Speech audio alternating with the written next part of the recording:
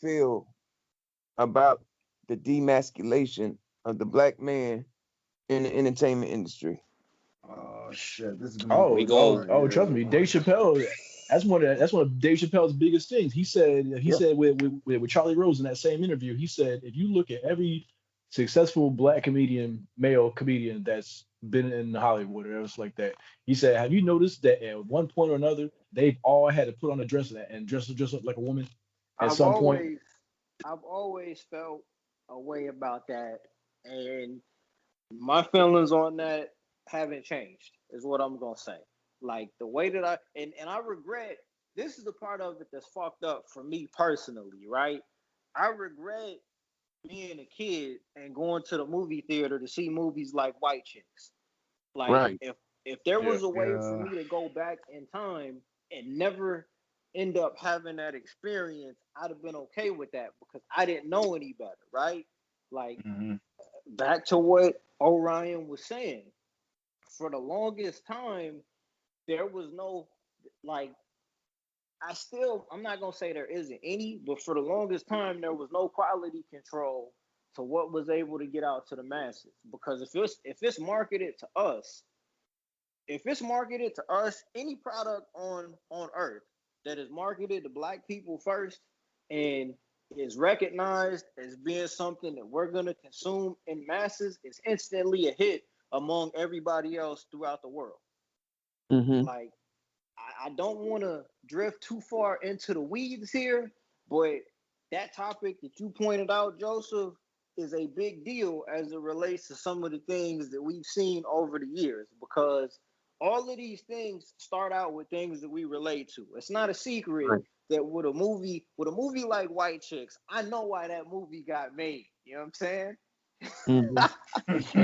I know what the Wayans brothers was trying to get across with that movie, and because we fuck with the Wayans brothers, because Keenan Ivory had built up so much good credit with us within Living Color, and I'm gonna get you sucker, and Scary Movie, all it took, and the Wayans brothers, all it took was seeing the two of them in a movie, and we was gonna be in the theater, right?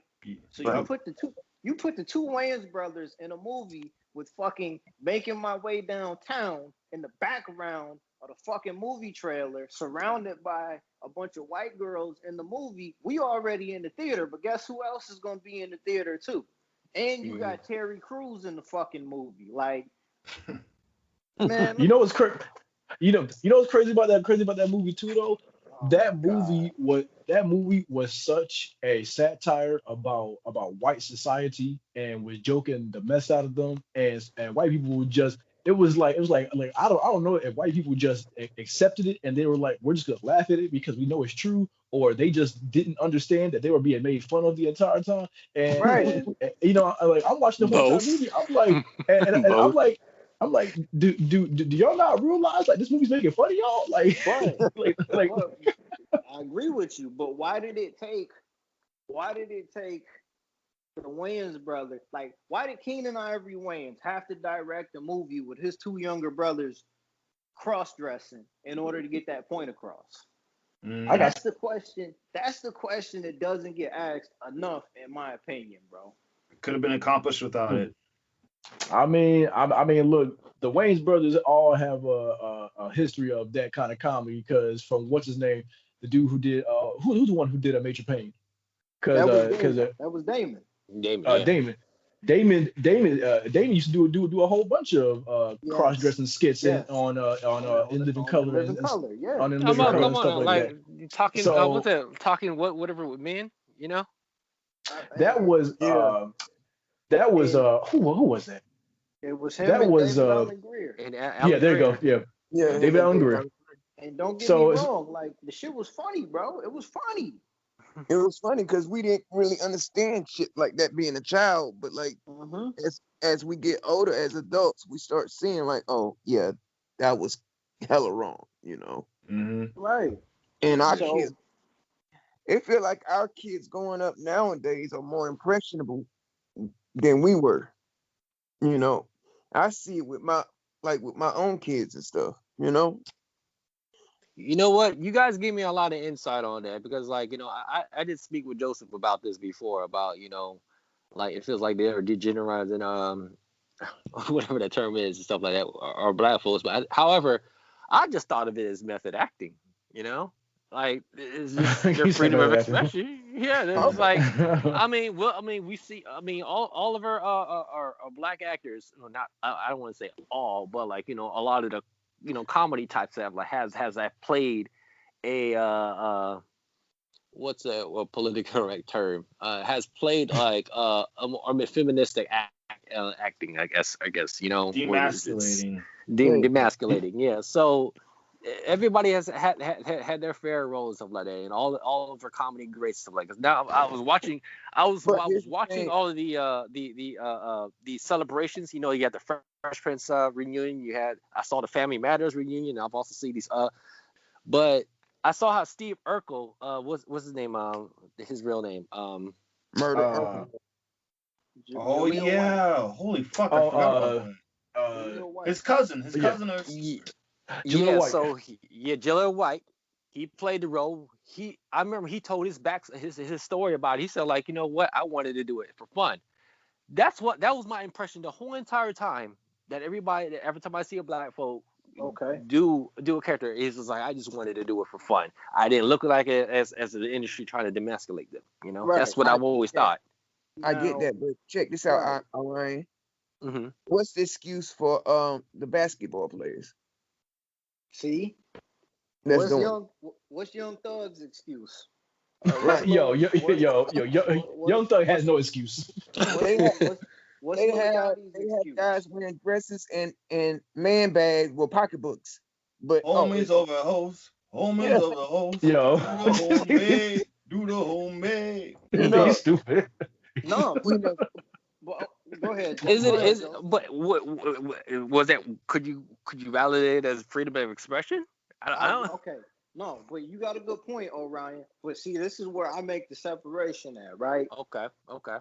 I'm always gonna make separation between the artist and the distributor of the art.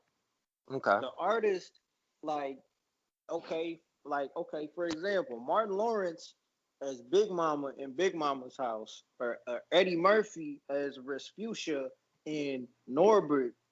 Yeah. The artists were the ones that made the decisions. The two of them were the ones that made the choices that this is the way these are characters they want to play because, like you said, they looking at it as fun. I'm gonna give them the benefit of the doubt hmm because they've been giving us entertainment for the longest time. But I mean, Martin Lawrence was doing this when he was on his own show named Yeah, Aftermath. Martin. Hmm. So it's clear that he doesn't take himself seriously to the point where he's not willing to have fun with his own creative property, right? Hmm. But at the same time, though, when a movie studio is placing more of a priority on marketing this particular product as opposed to marketing and giving black actors an opportunity to really elevate their profile as serious craftsmen dedicated to giving people what it is that they want to see and advancing as performers, that's when I start scratching my head and asking questions because a black man in a dress is always gonna get that marketing push more than a black man actually as a serious polished actor, in my opinion. Hmm. hmm I mean, but I You would ain't I would lying. like. Look at Denzel Washington. It took Denzel Washington being a bad guy in Training Day before he finally got his Oscar. It But took he it took Halle Berry getting her back blown out by Billy Bob Thornton in well Monster Ball before she got hers. to be Man, you Ray know, fair I Rains though, heard and that Wesley thing was Snipes real too. too. to Hmm. be fair though, that was Denzel's second Oscar. But Denzel also got his first Oscar in a slavery movie. Oh Digress. shit. Yep. Digress. I mean, like I said, man, like I've always assumed that these actors and actors, just mostly actors, I Hmm. thought it was just a freedom of expression and their own choice because of the fact of the Yeah. matter is, it's like I like to say like they were presented that role from the beginning. It's like what Hollywood only want to recognize you as a girl, so we're just gonna write you only girl, like female oriented or demasculating scripts and stuff like that. diversify your portfolio. I just thought as what, like that's what I've always assumed. I've always took it as that. I guess it's because I've took it as how Jaleel White has said it from first, having fun, and diversifying his portfolio and having more characters to put out there to keep the shit fresh, to I'll keep their give you portfolio fresh. but the problem yeah. is that when you're an actor that has been played like a certain role for so long, you start getting typecasted in that role, even if you don't want to play that role anymore. Like for example, look at my boy Daniel Radcliffe who played Harry Potter, right? Hmm. For the longest time, nobody know Daniel Radcliffe did all these other movies, but I bet if you ask anybody, oh, who's that? Oh, that's Harry Potter. Just Yep. because he's played the role for so long, nobody knows Right. that he's done other movies that are more serious and that has gotten away from being Harry Potter. But when you've been playing that kind of role for so long, that's going to be the kind of roles that you gonna get. So when everybody saw, like, let's take Will Smith for example, right? When Hmm. everybody saw one of Will Smith's first serious roles in a long Oh time, like man. Hmm. like a Yeah. 7 pounds or Philadelphia Hmm. or any of those other things, whatever else like that. You know what I'm saying? It's like, okay, well, he's a comedian, but he can actually do serious roles. And it's like people over here are surprised that an actor can play a serious role. It's like when y'all sitting here just want to put typecast people in a role, they feel like, all right, well, if I don't play this, then I'm not gonna get no work. And that's kind of where that dilemma comes in. Yeah. Will Smith always he played a gay man in the Crying Game too. Well, Hmm. that was Oh, 6 degrees oh, of oh, separation. Yeah, 6 degrees of separation. Oh, Yeah, what? Okay, oh yeah. yeah, that's right. that was the first movie he was. But he was more of a. See, they played it a little bit. They played it a little bit vague in that movie because he was like a con artist that was doing whatever he needed to do to get ahead. So it wasn't like outright like that. But I mean, digress. You're right. That's a true statement. I mean, but like Orion was saying, I'm I'll give them the benefit of the doubt as performers and as artists, but Right. I'm always gonna hold the machine accountable for the way that they put Oh, that of in course. higher priority. I'm always gonna Right. hold them more accountable than the artist because if this is the way that you're gonna make a living, if it's either do this or you starve, whatever, I'm not gonna judge how somebody goes about trying to make money and support who they need to support. But I'm always gonna place higher accountability on whoever it is that thinks this is what it takes to get people into the movie theater. Right. Yeah, Hmm. yeah, Damn. But I agree. yeah, but damn, bro, I didn't like. Did we even answer Orion's first question? I'm not even About sure. Uh, I'm not even sure we answered Joseph's question about the demasculation No. of black Right. people.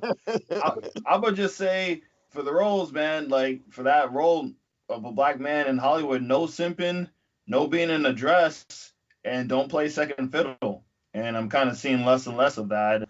Kind of seeing some patterns with that.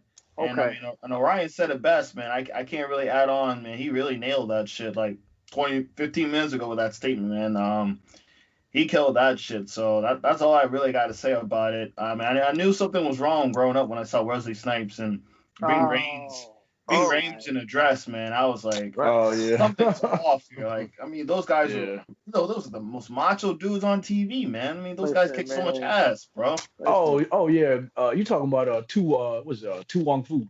Yeah, Welcome. on BET, man. I saw that shit. Yeah, man. Look, Wesley Snipes said one of the coldest lines I've ever heard in my life, man. He said some motherfuckers just want to ice skate Always uphill. skate uphill. I love That's that line. that's one of the cold. Next topic, bro. That wraps I don't us even know how up. to close this show, man. Do y'all think that Tiffany Haddish is funny as a comedian? No, Nah. no. Okay. Sometimes. Sometimes. Do y'all think Sometimes, that Amy Schumer is funny as a comedian? not No. at all. No. Okay. Not at all. All right. Cool. Noted. All right. That's all I was gonna ask. All I'm gonna That's say is all I was Netflix gonna should ask. have paid Monique, bro. I mean, you guys got all that. Yeah, they should have Right. Should have paid her. paid Monique. Fuck, Between- Oh, whoa, run that back. Let's Wait, go hold on back. now. Hold on. We try to Go ahead. end this episode. Go ahead. Hold on now. Hold on, go ahead. You remember, you guys seen the reunion. If not, you seen the clips of the Fresh Prince reunion when Okay. the original Aunt Viv said, when you tell everybody yeah. in the world that you are The black difficult to actress work is with, difficult. It's a that wrap. is It's a a wrap. wrap. That is a death sentence for your career. And Monique got blackballed. That's Yeah, her she got a secret. blackball. Yeah. It's a After- death sentence. What's the last thing she's done lately now? Woo! After Just winning YouTube an Academy videos. Award. Nothing, bro. After winning an Academy Award. And she's out here on YouTube telling people, telling Tyler Perry to go ahead there and says, like, I want you to make public of your apology, and telling people why, why you felt man. different about me being blackballed from Netflix and every other Hollywood acting deal. Listen, they was Ryan's but talking look, to talk tonight, man. listen, her and her husband was on that phone call talking foul to Tyler Yes, Perry, Daddy. man. And Charlemagne. But Oh, you know what? That's an entirely different conversation. nah, but hold on. So between, and this is B-roll right here, but I'm gonna keep it all the way a buck right now. Between Tiffany Haddish and Amy Schumer, the most talented one out of the three of them is my homegirl from Insecure. That's the most talented one out of all three of them, bro. My homegirl from Insecure. You know what I'm It's saying? alright. She's the most talented one out between Tiffany Haddish, Amy Schumer, and Issa Rae. Issa Rae is running laps around both of them, bro. Easily. Yeah, she got some good content. She really do. Easily running laps around both of them, man. And I'm not even saying that as a hater, but like I never thought Amy Schumer was even funny like that, bro, to be honest with you. Like, you know what I'm saying? I mean, she don't being caught stealing other people's jokes. But like, dog, come on, man. Like, all right, next topic. At least All right.